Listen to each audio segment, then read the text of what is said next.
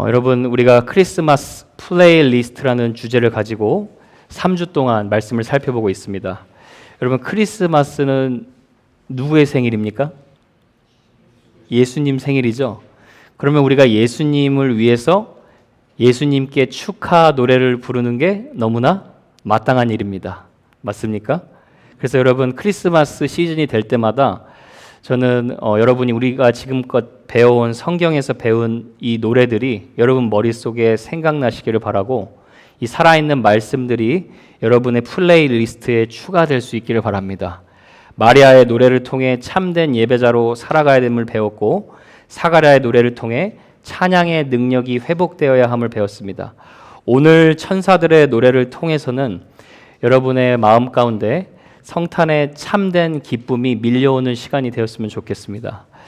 오늘 말씀 통해서 제가 한 주 동안 고민하던 부분은, 우리는 크리스찬인데도 세상 속의 크리스마스 문화에, 그리고 그 일시적인 감정적인 그 기쁨에 우리가 더 관심을 많이 둘 때가 있는 것 같아요. 근데 크리스마스의 주인공은 우리 주님이시기 때문에 우리가 성탄의 참된 기쁨을 유지하기 위해서 어떤 마음가짐의 준비를 해야 하는지 말씀을 통해서 이렇게 살펴보려고 합니다. 그래서 저는 여러분 마음 가운데 변하지 않는 주님의 영원한 기쁨이 깊이 새겨지는 시간 될 수 있기를 축복합니다.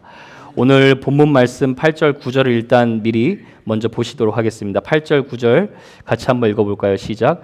그 지역의 목자들이 밖에서 자기 양떼를 지키더니 주의 사자가 곁에 서고 주의 영광이 그들을 두루 비추매 크게 무서워하는지라.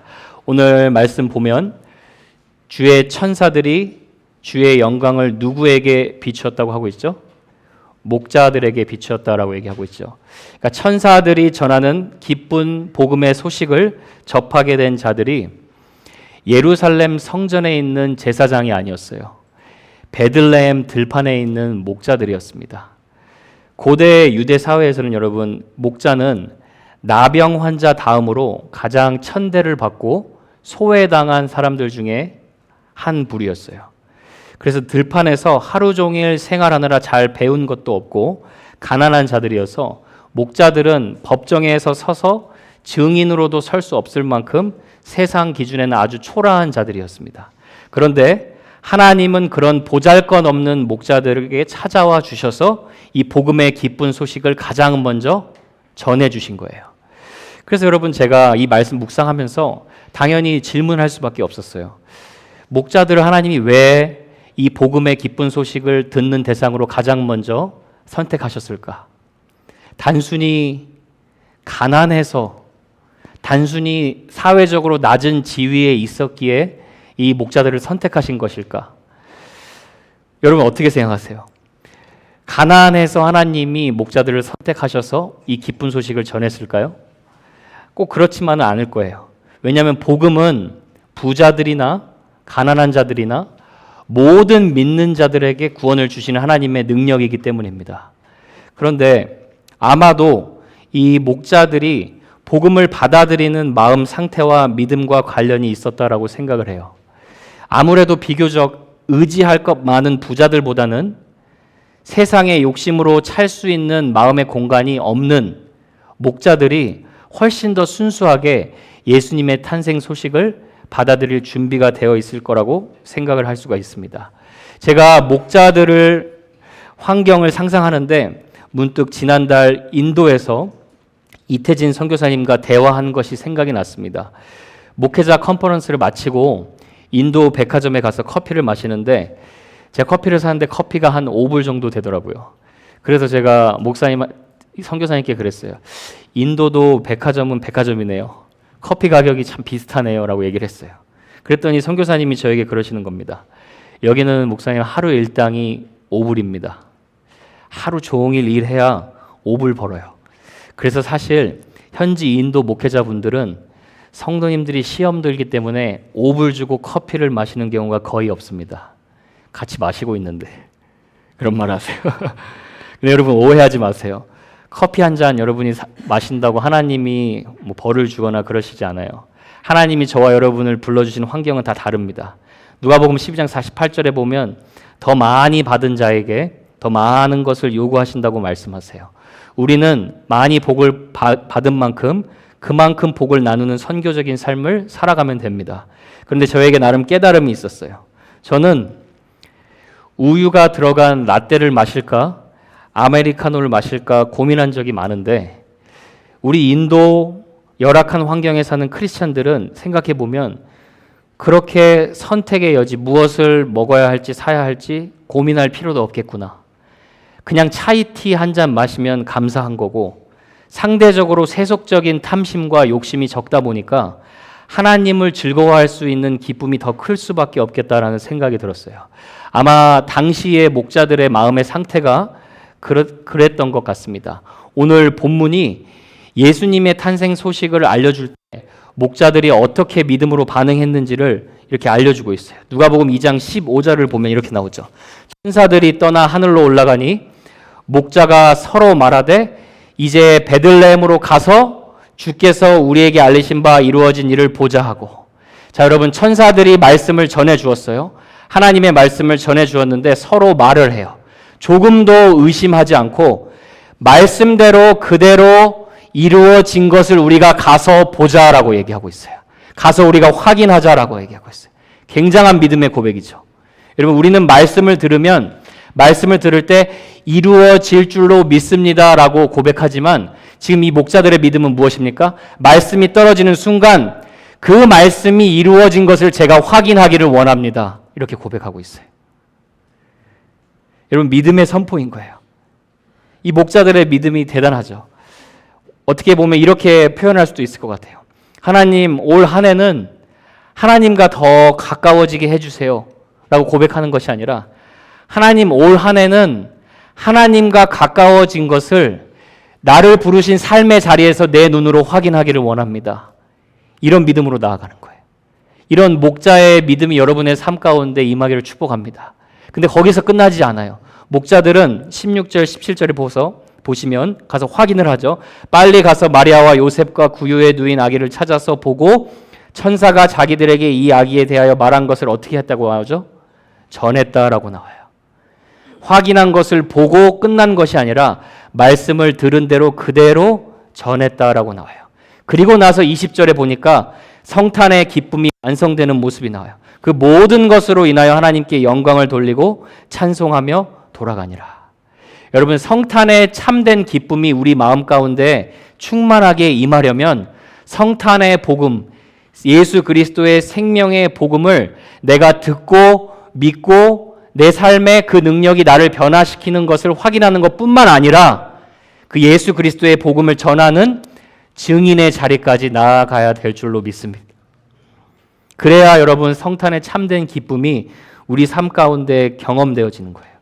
우리가 그렇게 예수님의 기쁨을 전할 수밖에 없는 이유는 사실 여러분, 예수님을 믿게 된 이유가 하나님의 전적인 은혜이기 때문이에요. 목자들이 잘 준비되어서 예수님이 찾아오신 게 아니에요. 목자들은 그 어느 때처럼 평범하게 자기 양떼를 지키고 있었어요. 그런데 예기치 못하게 하나님은 목자들에게 찾아와 주셔서 이 복음의 기쁜 소식을 전한 거예요. 그러니까 여러분, 절망 가운데 세상의 기준으로 봤을 때 아무런 소망 가지고 살지 못하던 이 목자들이 예수님의 탄생 소식을 듣고 얼마나 감격하고 기뻐했을까요? 제가 얼마 전에 가수 엄정화 씨가 간증하는 것을 들었어요. 근데 이 엄정화 씨의 간증을 들어보니까 너무나 특이하더라고요.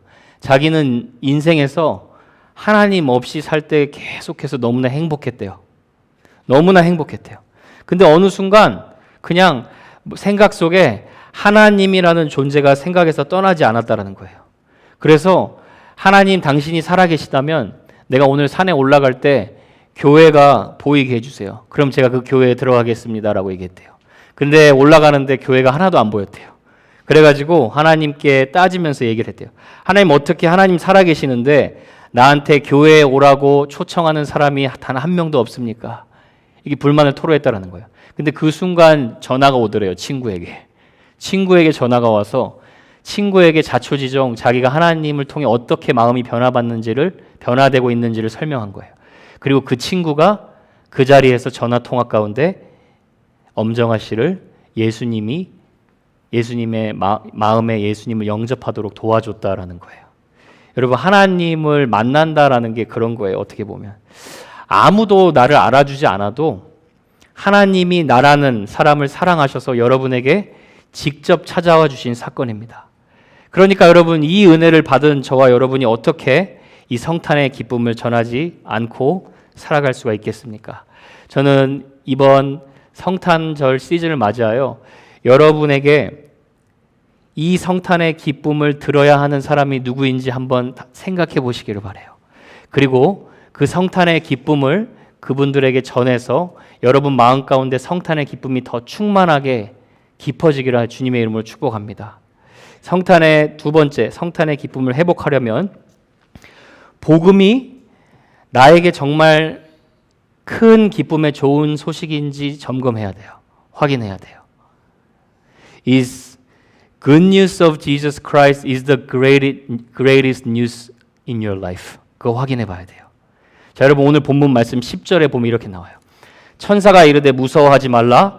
보라, 내가 온 백성에게 미칠 큰 기쁨의 좋은 소식을 너희에게 전하노라. 오늘 목자들이 하나님의 영광이 비추니까 무서워할 수밖에 없어요. 물론 여기서 무서워했다라는 것은 여러분이 무슨 호러 귀신 영화를 보고 두려워한 그런 모습을 말하는 게 아니에요. 죄인된 인간이 거룩한 천상의 신적인 존재와 맞닥뜨리니까 느끼는 당연한 무서움을 말합니다. 어떻게 보면 저는 여러분, 하나님을 향해 건강한 두려움을 갖게 되는 것이 믿음 생활의 시작이라고 볼 수가 있다고 생각해요. 왜냐하면 여러분, 하나님이 계신 것을 내가 인식하고 의식하니까 함부로 말 못합니다. 하나님이 살아계심을 내가 믿으니까 내가 함부로 행동하지 못해요. 그런데 여러분, 복음은 하나님을 향한 두려움을 갖게 하는 것만이 목적이 아니에요. 오늘 복음 보니까 복음은 온 백성에게 미칠 큰 기쁨의 좋은 소식이라고 말씀하고 있어요. 그러니까 복음은 하나님을 향해 기쁨을 가질 수 있도록 우리를 인도하는 좋은 소식이에요. 자, 그래서 오늘 그 좋은 소식의 내용이 무엇인지 11절에 분명히 나오죠. 자, 여러분, 여러분이 믿는 복음의 기쁜 소식이 성경이 말하는 기쁜 좋은 소식과 일치하는지 오늘 여러분이 잘 한번 확인해 보세요. 11절 말씀 한번 같이 한번 읽어봅니다. 시작. 오늘 다윗의 동네에 너희를 위하여 구주가 나셨으니 곧 그리스도 주시니라. 여러분, 이 말씀에 복음의 핵심적인 내용 패키지로 다 들어있어요. 자, 복음은 누구를 위한 것이냐? 너희를 위하여라고 얘기하고 있어요. 1차적으로는 목자들을 위한 것이지만 복음은 예수님을 구주로 믿는 우리 한 사람 한 사람을 위하여 찾아온 기쁜 소식이라는 거예요. 그럼 여러분, 누가 예수님을 Savior, 구주라고 고백할 수 있습니까?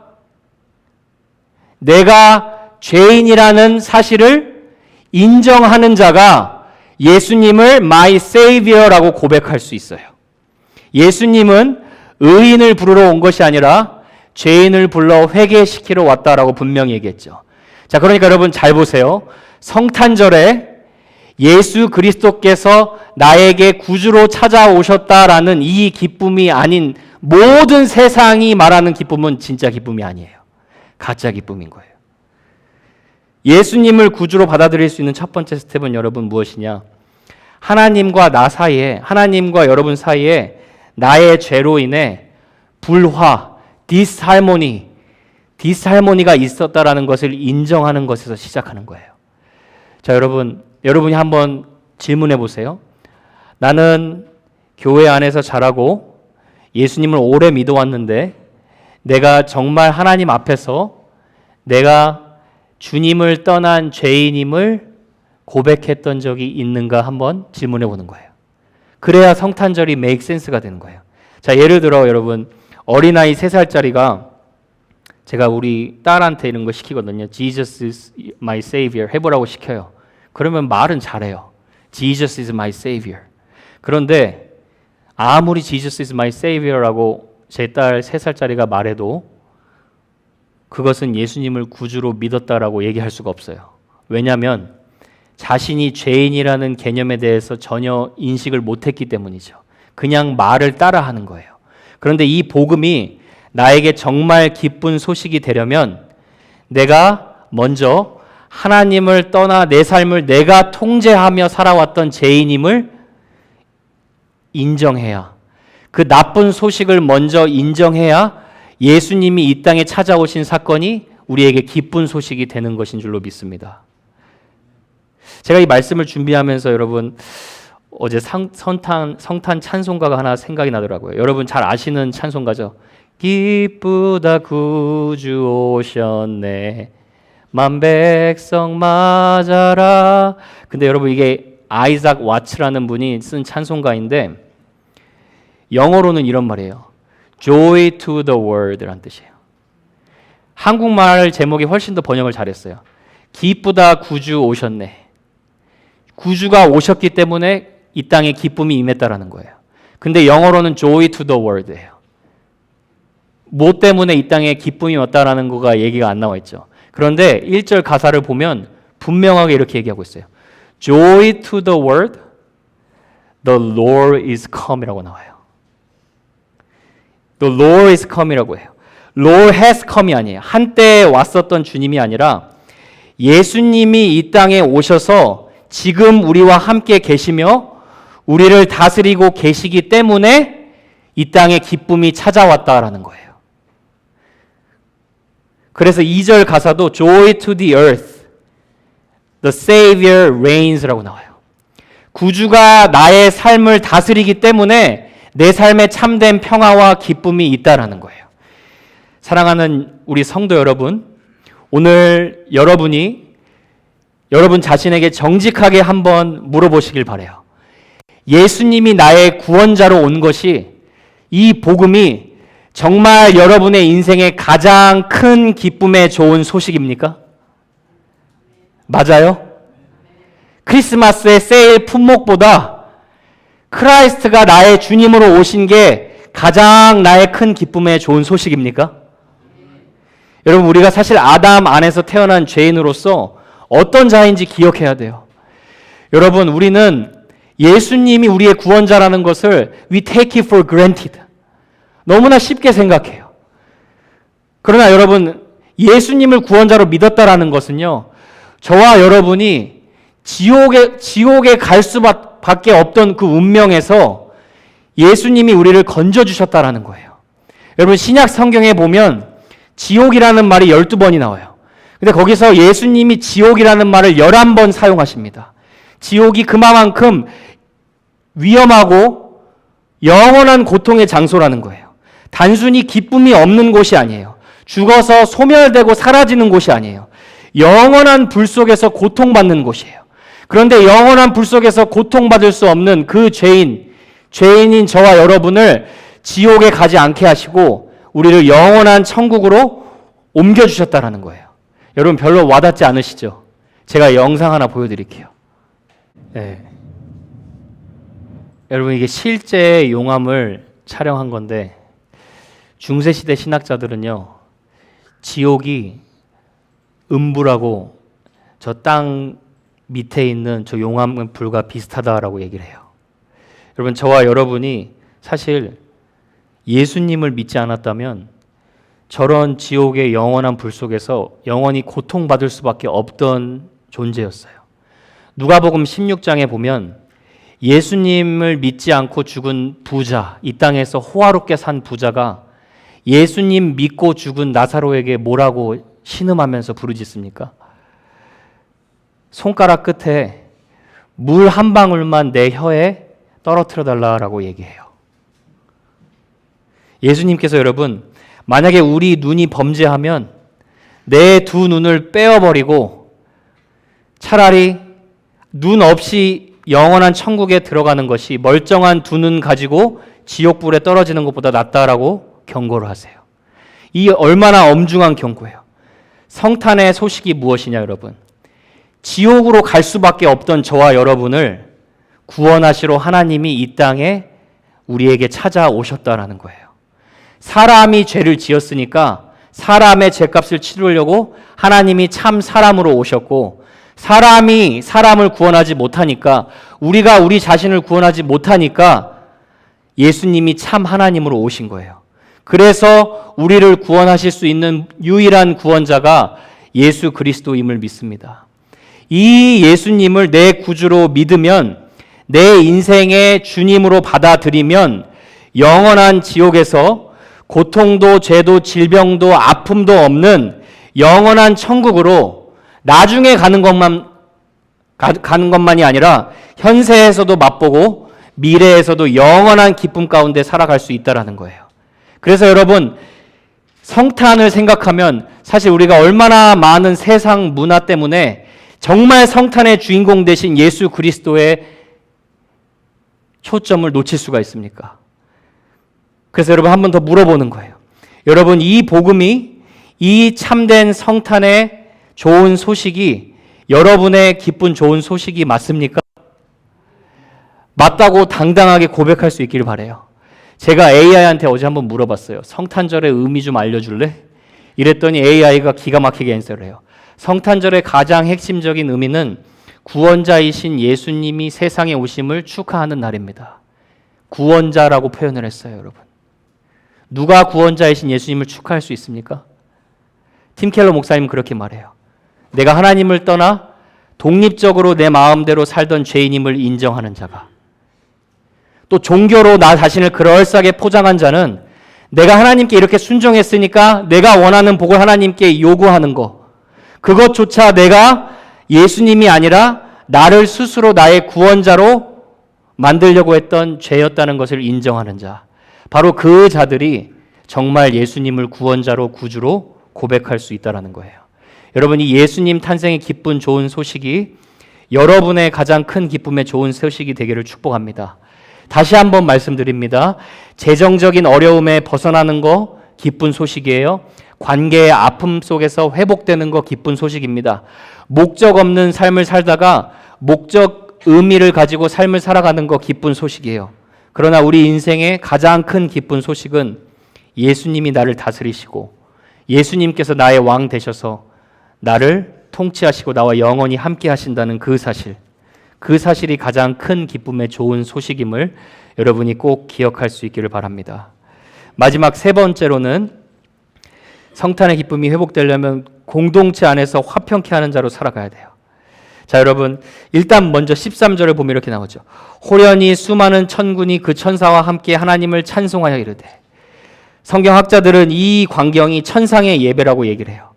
들판에서 많은 수많은 천군들이 천사와 함께 하나님을 찬송하고 있어요. 여러분, 성경에 보면 천사는 하나님의 사람들에게 하나님의 기쁜 소식을 전달하는 역할을 했죠. 그런데 천군들은 어떤 역할을 했을까요? 천군들 여기 보면 엔젤 아우미인데요. 호스트 오브 엔젤인데, 성경에서는 천군이 나타날 때마다 어떤 일이 있었냐? 영적인 승리가 있었어요. 하나님의 사람들을 공격하는 아수르 18만 5천 명이 천군 천사들이 나타나서 송장으로 만들어버렸어요. 시체로 만들어버렸어요. 다니엘서 10장에 보면 다니엘이 기도를 합니다. 기도가 바로 응답돼요. 그래서 그 응답 소식을 가브리엘 천사가 가지고 오는데 사탄이 가로막아요. 20일 동안 기도 응답의 소식이 딜레이 됩니다.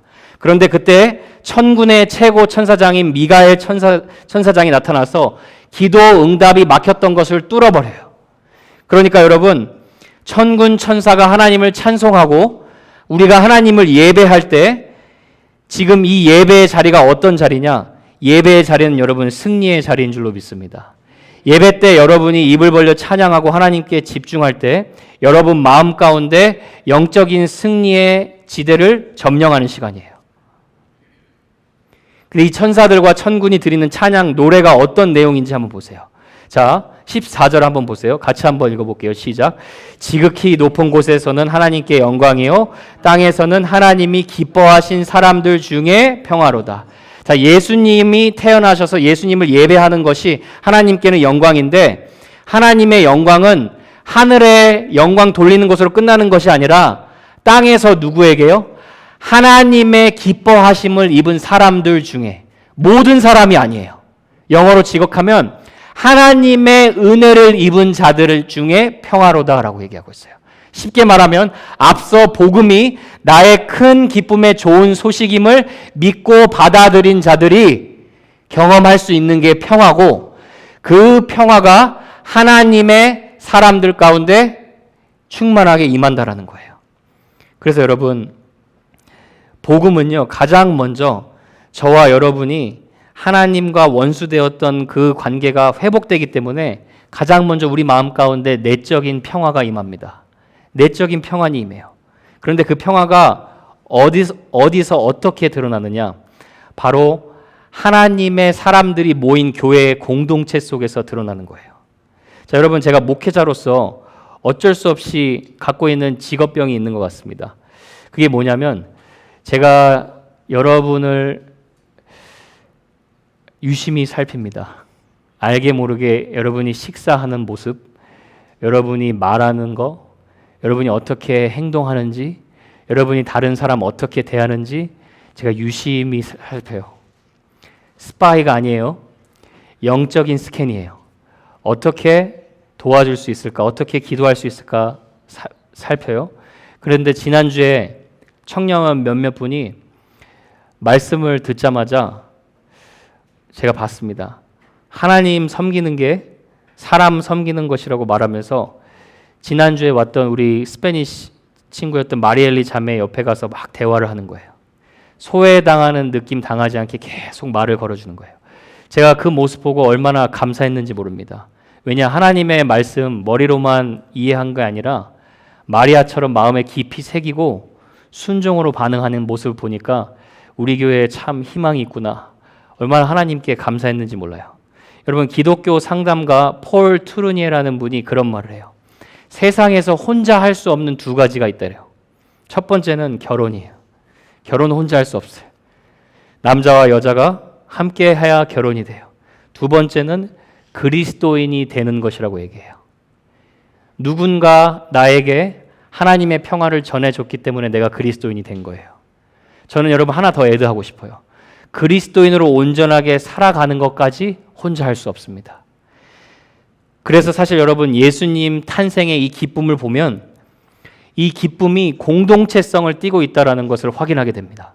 왜냐하면 여러분, 마리아의 노래부터 한번 거슬러 올라가서 생각해 보세요. 마리아에게 예수님 탄생의 기쁜 소식을 알려요. 너가 성령으로 잉태하게 될 것이다. 내년 이맘때쯤에 너가 예수님을 낳을 것이다 라고 얘기하는데, 마리아가 그 기쁜 소식을 듣고 혼자 그 기쁨을 간직하고 있는 것이 아니라 바로 친족 할머니 엘리사벳을 찾아가서 기쁨을 알립니다. 가서 알려요. 그렇게 알렸더니 엘리사벳과 사과랴가 마리아를 축복하면서 함께 찬양을 불러요. 자, 오늘도 마찬가지예요. 천사들이 예수님의 탄생 소식을 혼자 찬양하는 게 아니라 목자들에게 알립니다. 자, 목자가 그것을 믿고 확인하고 가만히 있는 것이 아니라 또 가서 그것을 듣지 못한 자들에게 전합니다. 그래서 그 기쁨의 모든 좋은 소식이 공동체가 함께 기뻐하는 것으로 드러난다는 거예요. 그래서 여러분, 사실 여러분이 이 자리에 앉아 있는 것 자체가 누군가가 여러분의 영혼을 위해 걱정해주고 교회로 인도했기 때문에 하나님께서 베풀어 주신 은혜가 아닙니까? 맞죠? 여러분 한번 생각해 보세요. 그래서 여러분, 하나님이 우리에게 주신 기쁜 좋은 소식은 하나님과 나와의 평화에서만 끝나는 것이 아니라 이제 이 하나님의 기뻐하심을 입은 사람들 중에 저와 여러분이 화평케 하는 자로서 그 사명을 감당하는 자리까지 부름받았다라는 것을 우리가 기억할 수 있어야 돼요. 그래서 오늘 누가는 그것을 분명하게 보여줘요. 하나님이 기뻐하신 그 목자 중에 평화라고 얘기하지 않고 하나님이 기뻐하신 사람들 중에 평화다라고 얘기해요. 저는 저와 여러분이 이 주님의 평화를 전하는 평화의 통로로 살아가는 피스메이커가 되었다는 거 기억하실 수 있기를 바랍니다. 예수님께서도 그래서 마태복음 5장 9절에 이런 말씀하세요. 화평케 하는 자는 복이 있나니 그들이 하나님의 아들이라 일컬음을 받을 것이다. 하나님의 자녀는 공동체 안에서도 서로가 하나님의 평화를 누릴 수 있도록 도와주는 자들이에요. 여러분, 그 자들이 성탄의 기쁨을 누릴 수 있다는 거예요. 자, 로마서 5장 1절도 보세요. 로마서 5장 1절도 같이 한번 읽어보겠습니다. 시작. 그러므로 우리가 믿음으로 의롭다 하심을 받았으니 우리 주 예수 그리스도로 말미암아 하나님과 화평을 누리자. 사도 바울이 얘기하고 있어요. 나는 예수님 믿어서 화평을 누리고 있어요가 아니에요. 우리가 함께 하나님이 주시는 피스, 화평을 누리자라고 공동체의 기쁨으로 표현하고 있다는 거예요. 그래서 여러분 빌립보서 2장에도 보면 사도 바울이 너희 안에 이 마음을 품으라 곧 그리스도 예수의 마음이니 라고 하고 이야기하는 게 무엇입니까? 너희는 각각 자기 일을 돌볼 뿐더러 남의 일을 돌보아 주어서 나의 기쁨이 충만하게 하라라고 얘기해요. 그러니까 우리가 다른 사람의 영혼의 유익과 그 사람 평화의 피스메이커로 살아갈 때 하나님이 주신 공동체의 참된 기쁨을 누릴 수 있다라는 거예요. 그래서 여러분 성탄은요 사실 나누는 거예요. 성탄은 그래서 여러분 저와 여러분이 피스메이커로 살아갈 때 진짜 참된 성탄 기쁨이 임하는 거예요. 그래서 우리 교회가 성탄 이 헌금을 우리 선교사님들을 위해 돕는 거예요. 왜냐? 성탄의 기쁨은요 여러분 절대로 우리의 영혼, 우리 마음 가운데 갇히지 않고 이 기쁨이 다른 사람에게 전해질 때 그때 저와 여러분이 참된 성탄의 기쁨을 계속해서 경험하게 되는 것인 줄로 믿습니다. 말씀을 정리해 보겠습니다. 누가 성탄의 참된 기쁨을 누릴 수 있느냐? 목자와 같이 세상의 욕심으로 가득 찬 자가 아니라 지극히 평범하지만 세상이 알아주지 않아도 주님의 말씀을 듣고 믿고 전하는 자가 누리는 기쁨인 줄로 믿습니다. 누가 성탄의 기쁨을 누릴 수 있느냐? 복음이 무엇인지를 분명하게 이해하고 예수님이 나의 세이비어 구주요 나의 주님이라고 기쁨으로 고백할 수 있는 자, 그리고 하나님이 주신 은혜와 평화를 맛보고 다른 사람의 필요를 돌아보며 화평케 하는 자로 살아가는 자, 그 자가 저는 저와 여러분이 될 줄로 믿습니다. 성탄의 참된 기쁨이 여러분의 삶에 밀려오게 되는 복된 성탄 시즌이 될 수 있기를 주님의 이름으로 축복합니다. 기도하겠습니다.